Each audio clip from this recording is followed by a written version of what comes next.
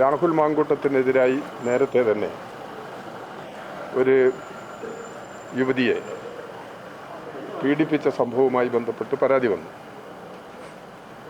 ആ പരാതി വന്നതിന് ശേഷം കോൺഗ്രസ് ആ സന്ദർഭത്തിൽ രാഹുൽ മാങ്കൂട്ടം കോൺഗ്രസിൻ്റെ ഉത്തരവാദിത്തപ്പെട്ട ആളാണ്, യൂത്ത് കോൺഗ്രസിൻ്റെ പ്രസിഡൻ്റാണ്.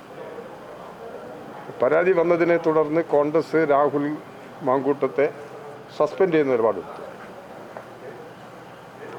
വീണ്ടും പരാതികൾ ഉയർന്നു വരികയാണ് രാഹുൽ മാങ്കൂട്ടത്തിനെതിരായി. ഇതേ പ്രശ്നങ്ങൾ, സ്ത്രീ പീഡനവുമായി ബന്ധപ്പെട്ട പ്രശ്നങ്ങൾ പരാതി തുടർച്ചയായിട്ട് ഉയർന്നു വരികയാണ്. അപ്പം പരാതികൾ വന്നതിൻ്റെ അടിസ്ഥാനത്തിൽ അവസാനം നിൽക്കക്കള്ളിയില്ലാതെ കോൺഗ്രസ് രാഹുൽ മാങ്കൂട്ടത്തെ പാർട്ടിയിൽ നിന്ന് പുറത്താക്കുന്ന നടപടി സ്വീകരിച്ചു. രാഹുൽ മാങ്കൂട്ടത്തെ കോൺഗ്രസ് പുറത്താക്കിയിട്ടുണ്ടെങ്കിലും രാഹുൽ മാങ്കൂട്ടത്തിന് ആവശ്യമായ എല്ലാ സംരക്ഷണ കവചവും ഒരുക്കിയിട്ടുള്ളത് കോൺഗ്രസ്സാണ്. കോൺഗ്രസിനെ പ്രതിനിധീകരിച്ചുകൊണ്ടാണ് രാഹുൽ മാങ്കൂട്ടം MLA ആവുന്നത്. രാഹുൽ മാങ്കൂട്ടത്തെ കോൺഗ്രസിൽ നിന്ന് ഒഴിവാക്കി കഴിഞ്ഞാൽ കോൺഗ്രസിൻ്റെ ഭാഗമായി MLA ആയ രാഹുൽ മാങ്കൂട്ടത്തെ MLA സ്ഥാനത്ത് നിന്ന് ഒഴിവാക്കാൻ കോൺഗ്രസ് ആവശ്യപ്പെടണം. അദ്ദേഹത്തിൻ്റെ രാജി കോൺഗ്രസ് ആവശ്യപ്പെടണം.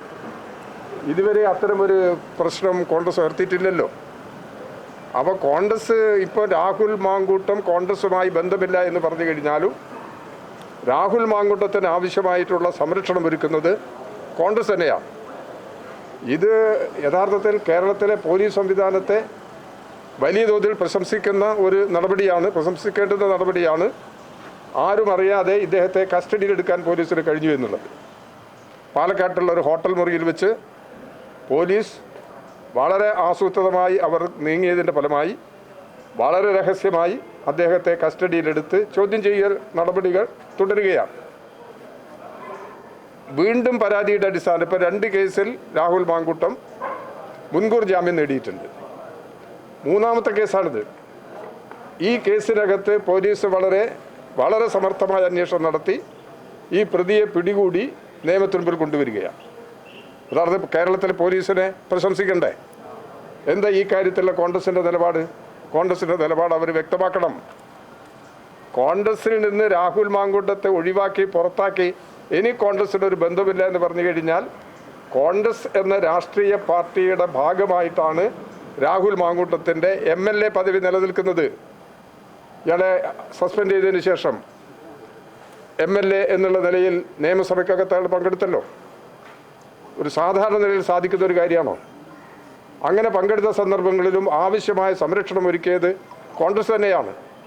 അതുകൊണ്ട് കോൺഗ്രസിൻ്റെ വികൃത മുഖമാണ് ഈ കേസിൻ്റെ ഭാഗമായിട്ടും പ്രകടമായി വരുന്നത്.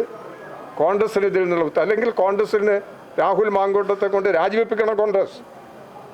അത് അയാളുടെ വ്യക്തിപരമായ അഭിപ്രായമാണെന്ന് പറയേണ്ട കാര്യമാണോ? വേറെ ഏതെങ്കിലും രാഷ്ട്രീയ പാർട്ടി ആണെങ്കിൽ അവരുടെ പാർട്ടി ഈ നിലപാട് വ്യക്തമാക്കില്ലേ? അപ്പോൾ ഇത്തരമൊരു പ്രശ്നത്തിൽ കോൺഗ്രസിൻ്റെ സമീപനത്തിൽ അങ്ങേയറ്റത്തെ സംശയമുണ്ട്. ആ സംശയം ദൂരീകരിക്കുന്നതിനുള്ള ഉത്തരവാദിത്വം കോൺഗ്രസിൻ്റെ നടപടികളിലൂടെ സ്വീകരിക്കേണ്ടതാണ്.